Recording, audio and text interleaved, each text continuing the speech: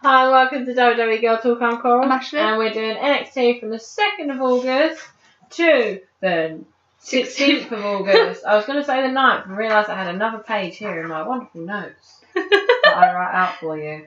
So, first off, the DIY music hits, and then it's just Johnny Gargano because of everything that's happened. And he changes his music. He's like, nah, this is me now. Where's Tommaso Ciampa gone? They feud, didn't they? Are they? Because at TakeOver they didn't have a match. Yeah. Because at the takeover before, he beat him up, didn't he, after they lost? Oh. Yeah. Oh. But that's the thing, right? It didn't really carry on. Yeah. Oh. Yeah. Like, the last time you see Tommaso Ciampa was like the week before. Really? Oh. Strange. Mm. Okay. But there's and then he goes against Raul Mendoza, who literally looks like a gangster version of CN. Oh, I love CN. But this guy was not as good as CN. But yeah, from his wrestling, actually to be fair, his wrestling skills are actually pretty good. He's an ex-lucha, just like CN. So How was CN a lucha? Can you see how fucking tall he is? yeah, right. I got told, right, apparently they wanted to put Enzo onto 205, so he purposely put on a bit more weight so he can't class as a cruiserweight anymore. Really? Mm-hmm. Is that That's what I got told, yeah, so I reckon that's why they've done all this Yeah. shit with him. But I still don't think Austin Aries was even light enough to be a cruiserweight. No. I really don't think he was. Yeah, anyway, so yeah, he was a lucha too. Sorry, how the hell? Oh no, don't worry, ignore me. Carry on. Sorry, just carry on. But yeah, Johnny Gargano wins. It was a right match. Then there's this like video playing from the Office of Pain where Paul Ellering pretty much just says, "We're monsters. Monsters are real. We're gonna come get Sanity." Yeah, that's about it. Okay. Yeah, it's like cool. Asuka comes to the ring and says she's challenging Ember to the championship. Says she's beat her before and she's going to beat her again. Ember comes out and she just kind of says the standard generic, like, I deserve this, blah blah. They kind of hit each other a bit and Ember comes out on top. Bobby Roode has a backstage segment. He talks about Roderick Strong. Says he doesn't belong in his NXT. And then he starts talking about Drew McIntyre, but then when he starts talking about Drew McIntyre, Roderick Strong comes to come beat him up, but security stopped him. So, yeah. So, and then Regal comes over and says that Roderick needs to be professional, and his hands are tied and that he can't do anything about it. It's Drew versus Bobby at Brooklyn at TakeOver. So then we have Sonya Deville versus Jenna Van. I think it was Bevel or Debble. I can't remember her name. She was really shit anyway, so it doesn't really matter. She doesn't deserve a name. She was a jobber. Right, so this is the first time I've seen a bit of personality from Sonya in the ring, I think, but she couldn't pick one. There was about 3 different personalities in there. Maybe that's her gimmick. She's schizophrenic. She's schizo. But like she came out and did her like scary things. That was one, and then the second one was really good. Like she was in the ring. She's going, "Oh, I'll do it with my hands behind my back." Like she was like taunting her, but in a quite a nice way. Not a nice way, but like she did it in well. a good way. Yeah. And then about a minute later, she starts screaming, and she's like, I'm not screaming like. Like saying things like, and it didn't match. She's definitely schiz. Yeah, and I was just like, pick one. If she picked the good one, she'd do alright, I think. But her wrestling skills are still really shit. She didn't do this when she came out this time. Oh, that was cringe. Good. Yeah, she did that. But yeah, she won via submission, but I mean, there was a couple of arm bars and that was it really. It was quite long as well, considering. And Daniel Tommy has an interview backstage. He doesn't want to show Ono any respect because Ono doesn't show him respect. And then the interviewer is like, "Oh, apparently we can't finish talking," and he just walks off and walks out into the ring and starts talking, saying that he deserves respect, and the crowd starts booing him. He's like, "No, you respect me." And while that's happening, Aleister Black comes out and just stares at Tommy. And he starts to walk away, but then turns back round to go attack Aleister, and Aleister just kicks him. So, yeah. I like Aleister Black. I do, but I think sometimes when you wrestle certain people, it's just a bit shit. But then other times it's quite good. Depends who can take it. Yeah. Hideo's got a lot more personality this time where he's come back. I'm not convinced on him at all yet. No. But I feel like he's better than previous times. We then had Kyle O'Reilly, and this was his debut. The crowd seemed to know him a little bit. Not much, but there was a girl in the crowd like, no one else, like, and they were like, the commentators was like, oh, it's Kyle O'Reilly. And I was like, okay. And yes, they had a match against Aleister Black. It was this match. It was just submission moves, and it was really boring. And pretty much Aleister just rolled him up. So he beat him on his own debut. Yeah. So we go to the 9th. Sanity call out Authors of Pain. And they come out and they attack the Authors of Pain.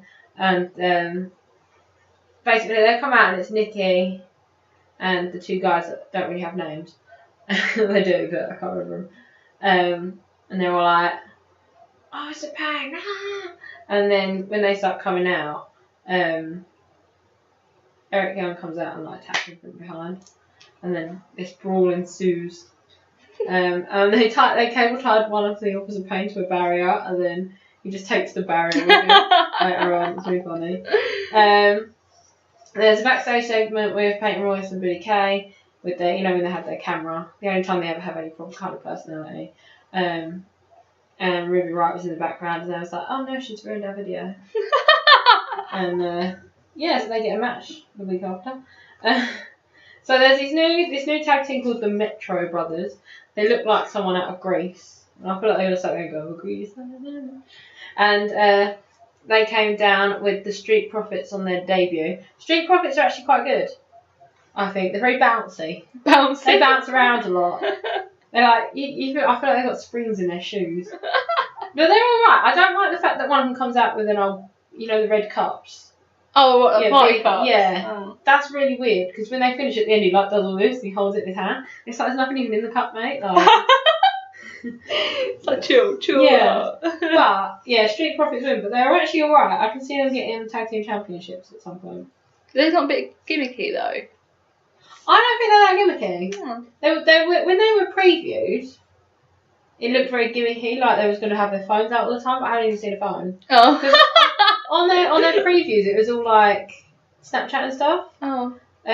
Just trying to be current, I guess. Yeah, but they actually seem alright. I was quite surprised because their previews I kept going, no, but they're actually decent. They've got good skill in them. So then we had Drew McIntyre and Bobby Roode in the ring. Bobby Roode brings up the security. He's like, just want to protect me and everyone because Roderick Strong's around. And so Bobby Roode starts saying, "Oh, welcome back, Drew, to NXT." And he basically says that Bobby says that he's the superior one because he didn't need a second chance, but Drew did. Yeah, and in a short sentence, Drew McIntyre pretty much says he's an arsehole in like a paragraph. Cut it down for you. Yeah, cut it down. He pretty much calls him an arsehole. And then Roderick comes out and security about to go. Right. And he's like, no, wait. And William's like, I told you, you're not coming out. And Roderick says that he's not done with Bobby Roode. He says he doesn't want a title shot. He just wants to fight with Bobby Roode, and he only wants to do it because he disrespected everyone. Bobby says, if you want to fight me again, you have to go through Drew first. And then, that husband. 1 second. Where were we? Yeah, William Regal was all like, Bobby, I make the matches. Remember that. And then he was like, yeah, but the crowd wants it. And then Drew was like, oh, I want it. And then William was like, well, if the crowd wants it. And I was like, next week. Drew and Roderick Love match. Yeah, so they have a match next week. So then Johnny Gargano has a backstage segment pretty much just saying that he's on every takeover since he wants a match at takeover. I don't think he does have a match at takeover in there. Who? Johnny Gargano? Yeah. Yes, against CM. Mm. Can't speak today. So pretty much just, he was like, I want a match, and that was it. There's nothing more to it. I just turned up at fucking thingy. One of the most boring matches out of the whole entire thing. Only Lorcan versus Danny Burch. It was awful. It was so long. Nothing happened. They were just like grappling the whole time. Just hugging. Yeah, Aggressive hugging. Yeah, aggressive hugging. And that was it. Danny Burch pinned Only Lorcan, which I was quite surprised about. Because Danny Burch he's get used quite a lot at the moment. But he came from the UK Championship. Oh, yeah. So I'm surprised that he beat Only Lorcan, because Only Lorcan gets pushed quite a bit. We then have No Way Jose versus CN. CN wins with a pin. It wasn't a very long match and nothing really happened, but the woman was shouting at CN the whole time. So. She does that. Yeah, shouts a lot. But she shouts and she doesn't move around the ring, she just stays in one place. Just like, yeah. She needs to move around a little bit. Yeah. That's one thing Lana could do well. Yeah. Bit ringside. Actually, so does Maurice as well, she's quite good at it. Maurice? Yeah, Maurice is alright. Yeah, Maurice is good. And Maria Kanellis, you never know if she's there, so she can do it too. So yeah, then we go to the 16th. We have Everman and Asuka do a contract sign-in. It was shit. Have you noticed how NXT contract signing is very contained? Yeah, nothing really happened. Yeah, nothing really happened. She basically said a load of stuff like she deserved it, but Asuka, you're great. And then Asuka just screamed in Japanese. Like, we can't understand you, bitch. yeah, the thing is, Ember looked like she was having like an orgasm over it. It was like weird, yeah. Her face was like, yeah. Kept doing that, and I was just like, this is really weird. They got really face to face, and I was like, this is uncomfortable. Oh dear. It was really strange. And it was like, did Ember know what she was saying? Like, maybe Ember was being possessed. Maybe that's what it was. It was really awkward though. Then we had the Street Profits again, the bouncy people, versus Lars, I can't pronounce his name, Savant, and Chris Silvio. Basically, before this, Lars asked William Regal if he could have a tag team partner again, and William said, well, you can, but you can't beat him up when you lose. Yeah. It's kind of raw of a tag team. So, then he ends up getting paired up with this Chris Silvio. I think that was his debut as well. So. But yeah, Street Profits win, and Lars he's at the side, and he's like, so the Street Profits kind of like walk out like. Does Lars beat up Chris? Well, so because Chris was the one that got pinned, Chris is lying in the ring like, help me, brother, help me. So everyone's like, it's really tense. Yeah. It wasn't that tense, but it's really tense. Which it was meant to be, but it wasn't that tense. And he's like, he puts his hand out to Lars, like, help me up, man. So then eventually Lars gets over to Chris, and he picks him up. And everyone's like, oh shit, he's picked him up, what's he going to do? He carries him all the way outside and throws him into a gate and picks him up. Because William said he couldn't beat him up in the ring. He's outside the building now, isn't he? Brilliant. All the commentators are like, William Regal, when he said he could have beat him up in the ring. It was so funny. Yeah, beat him up outside. So, poor Chris Silvio. So, Billy Kay versus Ruby Riott, Peyton Royce on the side.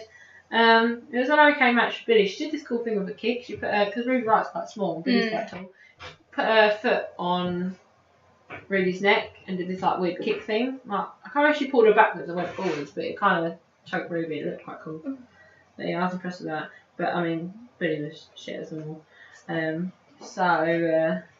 Yeah. Oh yeah, and then Peyton stopped Ruby's music halfway through and was just like, Ruby, you're a loser.